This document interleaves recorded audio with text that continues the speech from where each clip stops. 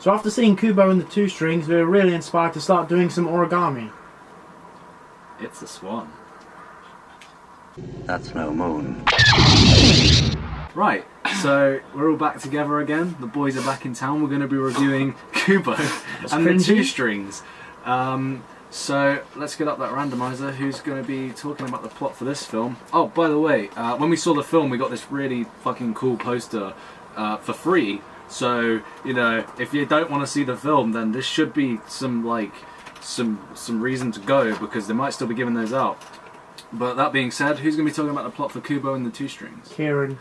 Okay, so I was excited for this film. I really like the films from Laika. They've done Coraline. I think it's Laika. Laika. I don't know, it's something like that, but they're a really good company. They did Coraline, Paranorman, and the Box Trolls. So Kubo and the Two Strings follows a young boy called Kubo, who has a magical guitar. It's like a banjo. Oh, I guess so. But it's full of like all that Japanese mythology, which I really like. I'm a big fan of sort of Japanese mythology and samurais and all that sort of stuff. Yeah. I love all that stuff. And this film relies heavily on that, but it's mostly an adventure following this boy Kubo. And a monkey and a beetle, played by Charlize Theron and Matthew McConaughey, who both do very good jobs, but we'll talk about those in a bit. And they go on this adventure to find a magical suit of armour which will stop a huge threat from... And a sword. And a sword, which will stop a huge threat from taking Kubo's eye, because he's blind in one eye and they want to take his other eye and all that stuff. But I'll stop there because I don't want to spoil this film for anyone who wants to see it. But that's the basics of Kubo and the Two Strings, and it's a very good time at the cinema. So yeah. I definitely see it's worth seeing just for the animation, because Definitely. you don't see clay animation or stop motion like at all anymore. Yeah. Some of the best animated films are animation like that, like Fantastic Mr. Fox. Yeah, and Fantastic Mr. Fox is great. a fantastic This is film. also very good in terms of animation. Yeah, and you know, with films like Coraline, they relied mostly on the creepiness of the films, and this film has its creepiness, but it relies more on the sort of character and the heart of the film. And with the animation, they can do that very well. A lot of films rely too much on the CGI. Like, every animated film we've had this year, I think, has been like a CGI animated film. We've had Finding Dory and Zootropolis and all that stuff, but this has to be my favourite animated film of the year, for like just how good the animation is as well. What stood out for me was, I mean, on screen it looked mental, but when you think about the time and effort it took to make, I mean, you saw a little bit at the end where you saw them making like a giant thing.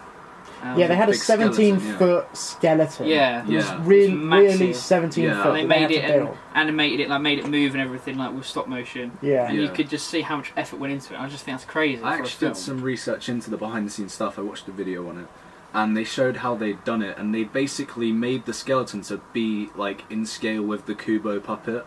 Yeah. So like with most animated films you see, they have like a normal size model and it's like enlarged with computer generated imagery and stuff, but they actually built this 17-foot skeleton and had the puppet on top of the skeleton doing what he's doing, and they animated it like that. So obviously they would have used a bit of the CGI because it would have been impossible not to, but like you really can't tell with this one, and it looks so traditional and so nice, and I can't praise the film enough for how well they actually pulled it off. Yeah. The insane thing is these films, like their films, don't make a lot of money. No. And it sucks because they put literally more time, more effort into these films than like Ice Age Collision Course. That's probably made like twice as much money, which shouldn't happen. You should see this instead because it's actually a very well made movie. Well, yeah, that's a good point. Instead of fucking Ice Age. We went on opening day. I think we went at like 1 o'clock in the afternoon. Yeah. There was one other guy in the cinema. There was one man. Us three, and it was a massive screen as well. Yeah, yeah. We were sat at the back, and every single seat was like empty.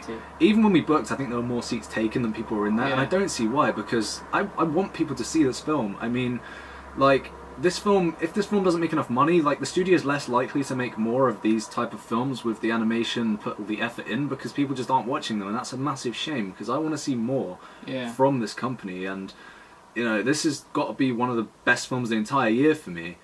Yeah, definitely. It's definitely up there. Yeah, brilliant voice acting as well. Matthew McConaughey does a brilliant job as Beetle. Yeah. It's not his usual sort of voice acting role that he would do. Like, I mean, I don't even know if he's been in an animated film before.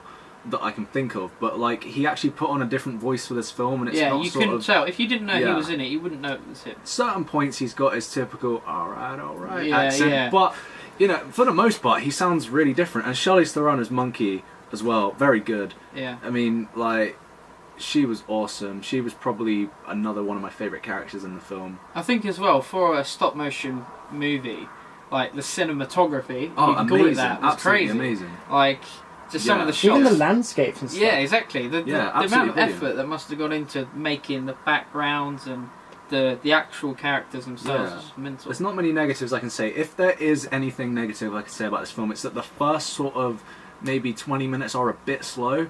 It takes a while to get into the film, but you can see why, because they're world building and they're sort of introducing us to Kubo and what he's like as a character, and Kubo's mother, and telling us, you know, who she is and why they're doing what they're doing. I think they sort of save it in a way in those first 20 minutes. Yeah. So with the actual designs, they sort of, rather than you wanting to get into it, you can enjoy looking at everything that's been made. Like, there is a really cool scene near the beginning with Kubo playing his magical guitar. Yeah, with all the paper and stuff. Yeah, with all the paper flying around. And it looks so really, nice. It legitimately looks really, really cool. Yeah.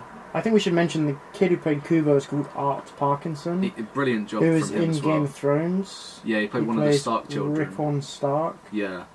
He was, you know, considering kids in anime movies can be annoying, he was actually really good. Yeah, because, like, it's hard to have a film like this and have a big cast like it did. Like, you've got Rooney Mara as these creepy, like, witch ladies, and you've got Ralph Fiennes as the villain, and it's really hard to have, like, the main character being voiced by a child who you don't know all that well, and have the character sort of stand out. But Kubo really stood on his own as well as a character, and I really, really liked that. I mean, I love this character, and I want to see... it was a child character that you actually root for. Yeah, and I want to see more definitely. of him. Jesus. And he's more interesting than a lot of child main characters we get these days. Definitely. So, again, absolutely brilliant, like, casting choice, and I can't praise the film enough for what it's done in terms of its plot. I love the style and everything about it. Everything I couldn't about actually think it, of a negative, to be honest. Yeah, the only really negative I love can it. think of is what I said. Yeah, It's a little slow. But it didn't really matter to me. But if, like, people are going to describe this as a kid's film, it's not. Because you've got that sort of element of adventure and I think action. it would appeal to all audiences. Yeah, it would. Kids would enjoy it because of the action and the fantasy and stuff. But like older adults and stuff would like it for the visuals and the fact that it just looks absolutely amazing. Yeah. And the plot as well is absolutely pretty brilliant. deep for there's a lot. Like, film. the way I described it was sort of a very simple plot, and in a way it is. But there is a lot going on that I haven't mentioned, and it really keeps you gripped. And there's not a moment in this film where I was bored. No, not at all. But like Dale mentioned, with a film like Ice Age Collision Course, God. you can see that it's only audience is children. Yeah. And I guess it's I think fine, it struggles to get that audience as well, to be honest. Well, true. That is After true. 5 of them. But that's what they're aiming for. And with this film, they weren't aiming for that. I think they were aiming for adults more than children in a way. Yeah. Well, yeah, because you think of the plot, it was quite deep for a kids' film. Especially now at the ending. We won't spoil the ending, obviously, but stuff happens. And Well, it's not all by that, it's not Sausage ending. Party, but I mean, like, it's pretty dark, and when it needs to be dark, it's very dark. Yeah. And that's a thing that, like, normal sort of animated films don't want to do. Yeah. But this film had the balls to do it, and I appreciate that. Yeah, definitely. When you compare this film to, like, Paranorman, not Paranorman a is good definitely film, more but- aimed towards kids. Yeah. Whereas this, I think, has a much wider audience. Yeah. I think Paranorman, like, it's kind of subtle, and it's like, you know, you hear the name Paranorman, you dismiss it as a kids' film, but it's got, like, there's an openly gay character in an anime Well, I think movie, maybe a better example which is, would like, be, never happened before. Yeah, maybe their latest And it's only film, a brief Box Trolls. moment. Did any of you see Box No, Trolls? I didn't see I haven't seen it, no. It was a fine film. It was very much a kids' film. Yeah. And it was about these little trolls, and it was all silly and funny.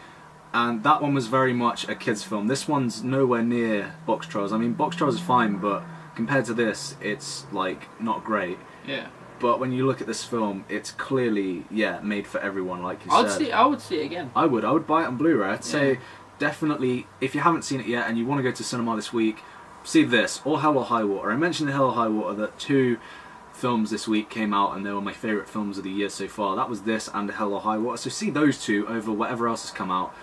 Because they're definitely worth seeing, and if you haven't, like, checked it out, just do it. don't even hesitate. So yeah, I absolutely love Kubo and the Two Strings. One of the best films of 2016 in my opinion. Hands down. What would you give it out of 10? Out of 10, maybe like a 9. Yeah, I don't know. 9. I can't give it the perfect 10 because it's like I don't think anything's ever going to be the perfect 10. Yeah, but I'd say Kubo definitely deserves fucking top cat, mate. In it, top cat. What? Oh, absolutely. What? Yeah, check out Kubo and the Two Strings and let us know what you thought. And we'll get back to you soon. Okay. Bye bye. It's a space station.